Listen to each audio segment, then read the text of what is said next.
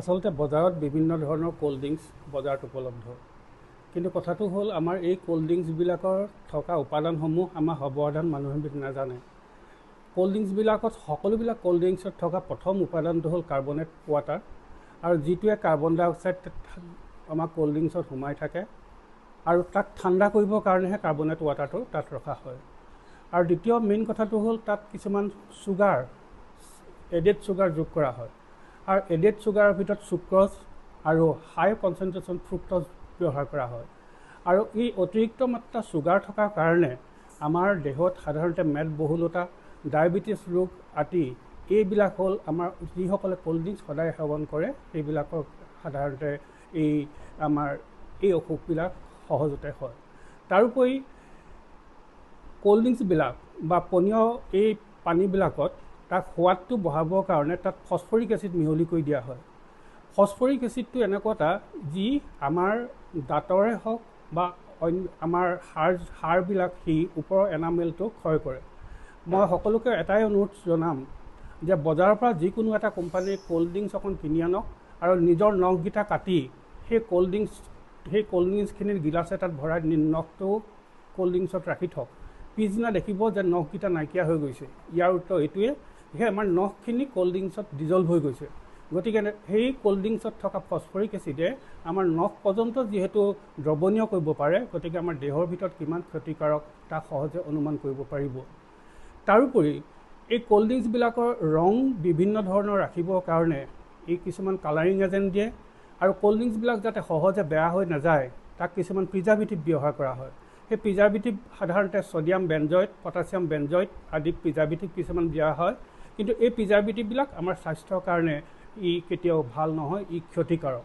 গতিকে মই অনুৰোধ ৰাখিছোঁ যে আমাৰ এই বিভিন্ন ধৰণৰ পনীয়া সামগ্ৰীবিলাক যেতিয়া বজাৰত মুকলিভাৱে যিহেতু বিক্ৰী হৈছে, ইয়াৰ উপাদানবিলাক বটলত লিখা উপাদানবিলাকৰ বাদেও বেলেগ কিছুমান উপাদানো তাত যোগ কৰা হয়।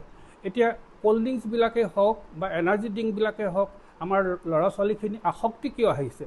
আসক্তি এইটো কাৰণে আহিছে যে তাত কেফাইন অৰ্থাৎ কিছুমান উত্তেজিত পদাৰ্থ তাত যোগ কৰা হয়, যিবিলাক উত্তেজিত পদাৰ্থ যোগ কৰি দিয়াৰ লগে লগে সেই ছাত্ৰ ছাত্ৰীসকলে খোৱাৰ লগে লগে গাত শক্তি পোৱাৰ নিচিনা হয়, মনটো ভাল লগা হয়, অৰ্থাৎ সি তাৰ প্ৰতি আসক্তি হয়, যাৰ ফলস্বৰূপে এই ছাত্ৰ ছাত্ৰীসকলৰ ৰক্তচাপ বৃদ্ধি হ'বলৈ ধৰিব, হাৰ্টৰ বিট বৃদ্ধি হ'বলৈ ধৰিব, গতিকে অন্যান্য স্বাস্থ্যৰ ক্ষতি হ'ব। গতিকে চৰকাৰলৈ এটা বিশেষভাৱে অনুৰোধ যে আমাৰ যিমানবিলাক পনীয়া দ্ৰব্য বা পনীয়া এইবিলাক আমাৰ বজাৰত মুকলি হৈছে তাৰ এটা বিজ্ঞানসন্মতভাৱে পৰীক্ষা কৰিব লাগে। সঁচাই তাত কি কি ধৰণৰ উপাদান আছে তাক পৰীক্ষা হ'ব লাগে। আৰু মই পুনৰবাৰ সকলোকে অনুৰোধ জনাইছোঁ যে আপোনালোকে এটা কোল্ড ড্ৰিংকছ কিনি আনক, কিনি আনি ঘৰতে চচ এটাত বাকি লৈ সেইখিনি অকণমান গৰম কৰি তাৰ পানীখিনি আঁতৰি যাবলৈ দিয়ক। অৱশিষ্ট যিখিনি থাকিব সেইখিনি যদি কাৰোবাক খাবলৈ দিয়া হয় তেতিয়াহ'লে কোনেও খোৱাৰ উপযুক্ত নহয়, অৰ্থাৎ কোনেও খাব নিবিচাৰিব। এটা লেপথেপীয়া ক'লা এটা অলাগতিয়াল পদাৰ্থ হ'ব। গতিকে কিমান এটা ভয়ানক বস্তু আমাৰ পেটলৈ গৈ আছে, আমাৰ ছাত্ৰ ছাত্ৰীসকলৰ পেটলৈ গৈ আছে, সেইখিনি ৰাইজে নিজে বুজি লওক, নিজে প্ৰমাণ কৰিছে। গতিকে মই পুনৰবাৰ চৰকাৰলৈ অনুৰোধ জনাইছোঁ যে এইখিনি ক্ষেত্ৰত এটা বিহিত ব্যৱস্থা লওক। আমাৰ ছাত্ৰ ছাত্ৰীসকল ইয়াৰ পৰা যাতে আঁতৰি থাকিব পাৰে, কেনেকৈ ইয়াৰ সজাগতা কৰিব পাৰে তাৰ এটা ব্যৱস্থা ল'বলৈ অনুৰোধ জনাইছোঁ। প্ৰথমতে এটা কথা ক'ব লাগিব, আজিকালি এইবিলাক এনাৰ্জি ড্ৰিংকছ বা যিবিলাক শীতল পানীয় এইবিলাকৰ প্ৰচলন আগতকৈ বাঢ়ি আহিছে, আৰু বিশেষকৈ এটা ক্ষেত্ৰত দেখা যায় যে স্কুলবিলাকৰ সমীপত য'ত সৰু ল'ৰা ছোৱালীবিলাক থাকে তেওঁলোকৰ ক্ষেত্ৰত এই এনাৰ্জি ড্ৰিংকছ বা এইবিলাক শীতল পানীয়বিলাকৰ সহজ ব্যৱহাৰে কেতিয়াবা ল'ৰা ছোৱালীৰ কেতিয়াবা বিৰূপ প্ৰতিক্ৰিয়া কৰিব পাৰে। প্ৰথমতে ক'ব লাগিব যে এই যিবিলাক শীতল পানীয় সেইবিলাকত ৰাসায়নিক দ্ৰব্য থাকে বা যিবিলাকৰ আমাৰ যিটো প্ৰিজাৰ্ভেটিভ বুলি কয় প্ৰিজাৰ্ভেটিভ থাকে, আৰু ইয়াৰ উপৰিও এইবিলাক শীতল পানীয় স্বাস্থ্যৰ কাৰণে ক্ষতিকাৰক।